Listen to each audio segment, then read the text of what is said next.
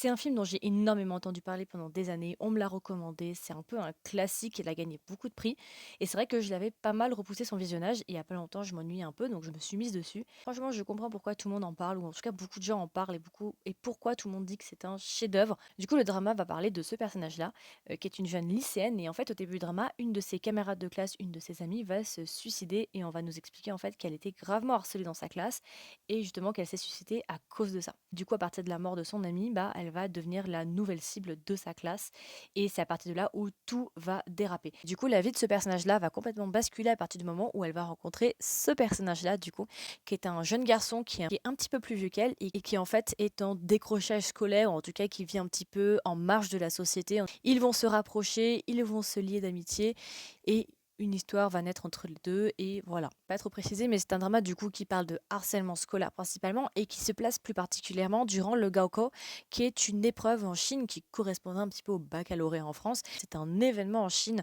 C'est vraiment, entre guillemets, l'élément qui va un petit peu déterminer ta vie. En tout cas, pour beaucoup de familles, ça se passe comme ça. C'est vraiment un très beau film. C'est vraiment une très belle claque. Et ce que j'aime beaucoup avec ce film, c'est que c'est un film qui traite de choses extrêmement dures et extrêmement crues. Et ce sont des choses qu'on ne pourrait jamais traiter dans un drama. Et aussi parler et voir une vision un peu plus réaliste entre guillemets de la vie, pas nécessairement de la Chine, mais de la vie en règle générale.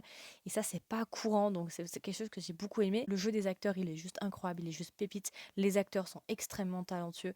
Leur alchimie, elle est juste on point. Je peux pas vous dire grand-chose par rapport à ce film, mis à part que c'est pour moi un classique. Pour moi, c'est un classique, c'est un film à voir. C'est un film qui est magnifique et voilà, vous allez pas perdre votre temps à la fin du film. Vraiment, vous allez au moins en retirer quelques leçons ou quelque chose. C'est un film dont je vais me souvenir pendant très longtemps et que j'ai beaucoup aimé. Bien évidemment, je vais faire un review sur le podcast bien plus développé sur ce film, mais voilà. Je voulais vous en parler rapidement pour ceux qui ne connaissent pas encore ce film. N'hésitez pas à lui laisser une chance si vous avez un petit peu de temps, vraiment, je vous promets qu'il en vaut le coup. Comme d'habitude, n'hésitez pas à me dire en commentaire si vous l'avez vu, qu'est-ce que vous en avez pensé, et si vous ne l'avez pas vu, est-ce que vous comptez lui laisser une chance? Dites-moi tout ça. Bye bye!